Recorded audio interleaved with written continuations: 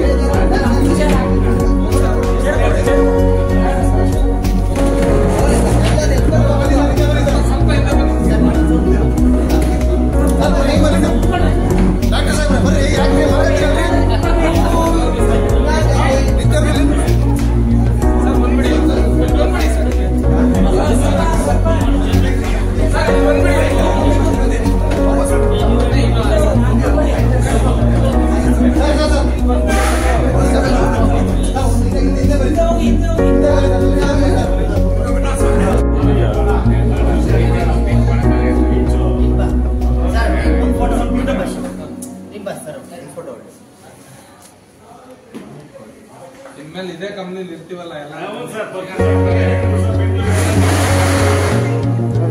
ಎಲ್ಲ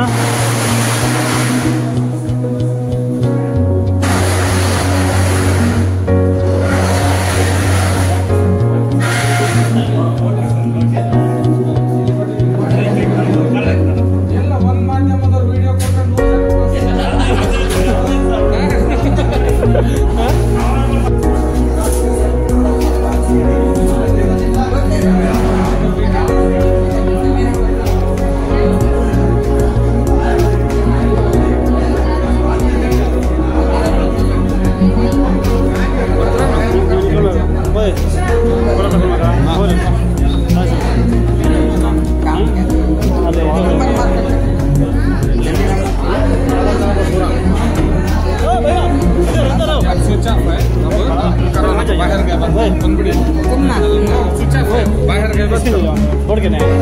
ಬೋರ್ಡ್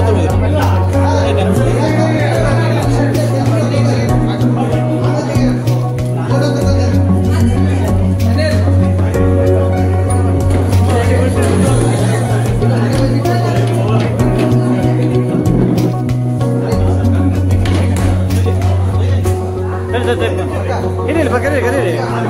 ಕರೀರಿ ಎಲ್ಲಿ ಪರವಾಗಿಲ್ಲ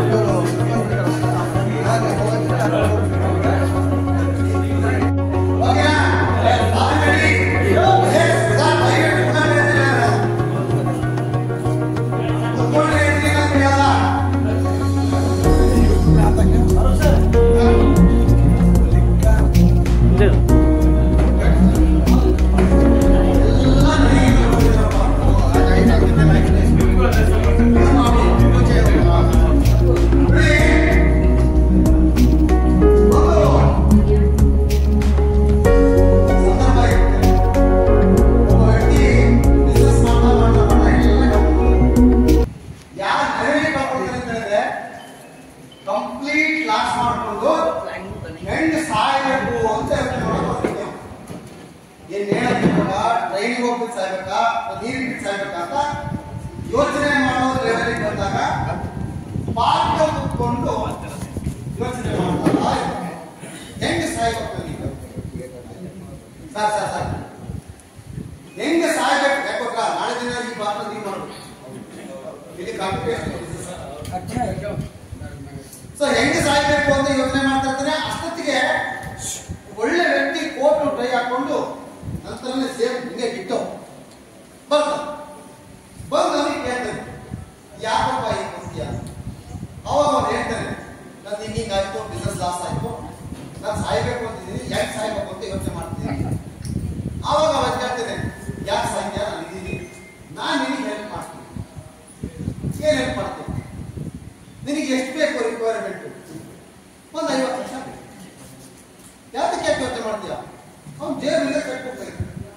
ಯಾರು ಟಿಕ್ಟಾಕ್ ನನಗೆ ಬೈದಿಲ್ಲ ಕೋರ್ಟ್ ಊಟ ಚೆಕ್ ತೆಗೆದು 50 ಲಕ್ಷ ಬರ್ದೇ ಬಿಡ್ತಾನೆ ಚೆಕ್ಕಿಂಗ್ ಬರ್ದ್ಬಿಟ್ಟು ಅವ್ರು ಬೇರೆ ಕೊಡ್ತಾನೆ ಮಾಡ್ತೀನಿ ಹೋಗ್ ತಗೋ ಅದೇ ಕಂಡೀಷನ್ ಮುಂದಿನ ವರ್ಷ ಇದೇ ಟೈಮ್ಗೆ ಇದೇ ಪ್ರಕಾರ ನಾನು ಬರ್ತೀನಿ ಅವಾಗ ನೀವು ವಾಪಸ್ ಕೊಡ್ಬೇಕು ಬೇರೆ ಸರ್ ಕಂಡೀಷನ್ ಏನಿಲ್ಲ ಒಂದು ವರ್ಷ ಆದ್ಮೇಲೆ ಸೇಮ್ ಡೇಟ್ ಸೇಮ್ ಟೈಮ್ಗೆ ಇಲ್ಲೇ ಬರ್ತೀನಿ ನೀನ್ ಬಂದು ವಾಪಸ್ ಕೊಡಬೇಕು ಎಷ್ಟನ್ನ 50 ಲಕ್ಷ ಇವನ್ನೆಲ್ಲ ಸಹಾಯಕ ಹೋದ್ರೆ ಜೀವ ಬಂದ್ಬಿಟ್ಟು ಹೋಗೋ ನಿಮ್ಗೆ ಎಂತ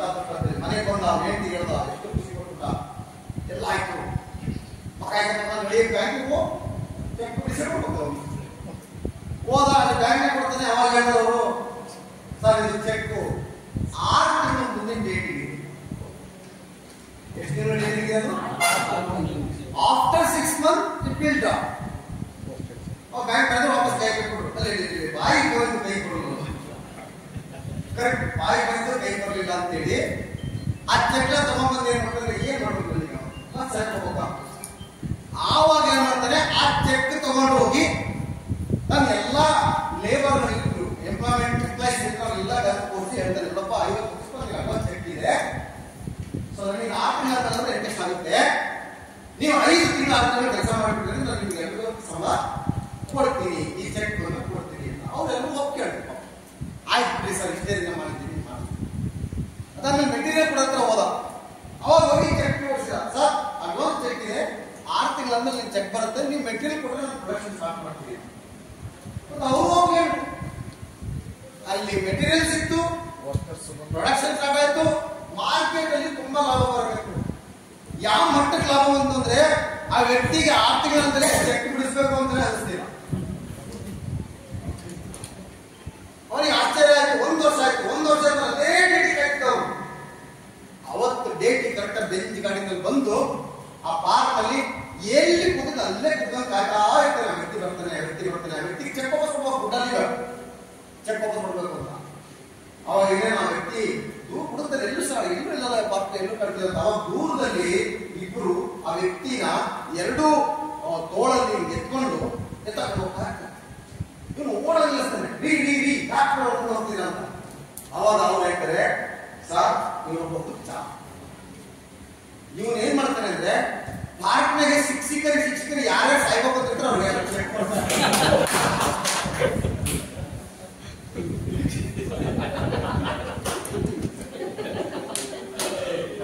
ಅವಾಗ ಚೆಕ್ ಈ ಉಚ್ಚ ಕೊಟ್ಟಿರೋ ಚೆಕ್ ಮತ್ತೆ ನಮ್ಮನ್ನು ಬೇರೆ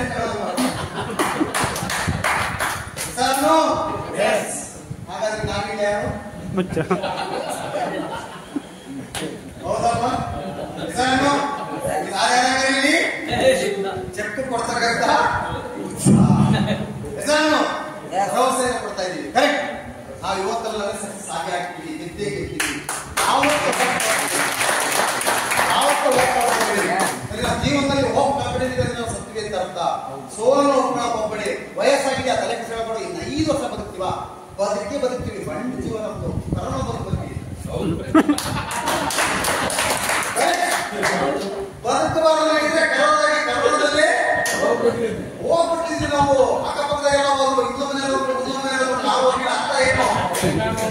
ಏನು ನಾವು ಗಟ್ಟಿ ಬಿದ್ದಾಗಿದ್ದು ಹೆಸರನ್ನು ಇಲ್ಲಿ ಮಾಡೋವರೆಗೂ ಯಾಕೆ ನಮ್ಮ ಮಕ್ಕಳು ಬರೀ ಮಕ್ಕಳು ಬಂದಾರಿಸ್ಕೊಳ್ಳೋದು ಊಟ ಮಾಡ್ತಾರೆ. ನಮ್ಮ ಕಣ್ಣಾರೆ ಬಂದಿರೋದು ಯಾಕೆ ಇದೇ ಕೆಲಸ ಬೇಡ 3 ತಿಂಗಳು ಮಾಡೋದು ಮೂರೇ 3 ತಿಂಗಳು ಕರೆಕ್ಟ್ ನಡೆಸ್ಬಿಟ್ಟಿದ್ವಿ ಅಂತ ಹೇಳಿದ್ರೆ ಸರ್ ಆಮೇಲೆ ನೋಡಿ ಸರ್ ದುಡ್ಡು ಮನಸ್ಸಿನ ಹತ್ರ ಬಂತು ಅಂದ್ರೆ ಎಲ್ಲ ಆಟೋಮೆಟಿಕಲಿ ಬರುತ್ತೆ. ದುಡ್ಡಿಲ್ಲ ಅಂದ್ರೆ ಮನಸ್ಸಿಗೆ ಬೆಲೆ ಕೊಡಲ್ಲ, ಗೌರವ ಕೊಡೋದಿಲ್ಲ. ಹೋಗ್ತಿರೋ ಹೋಗ್ಬೋದು ಎಲ್ಲರಿಗೂ ಕೂಡ ನಿಮ್ಮ ಅಮೂಲ್ಯವಾದ ಸಮಯ ಕೊಟ್ಟಿದ್ದೀರಿ, ತುಂಬಾ ದೂರದಿಂದ ಬಂದಿದ್ದೀರಿ. ನೆಕ್ಸ್ಟ್ ನಾವು ಇನಾಗ್ರೇಷನ್ ಫಂಕ್ಷನ್, ನಮ್ಮ ಕಂಪನಿಯ ಇನಾಗ್ರೇಷನ್ ಫಂಕ್ಷನ್ 500 ಜನ ಆಗುತ್ತೆ, 1000 ಜನ ಆಗುತ್ತೆ. ಇದೇ ಚಿತ್ರದುರ್ಗದಲ್ಲಿ ರಂಗಮಂದಿರವನ್ನ ಬುಕ್ ಮಾಡಿ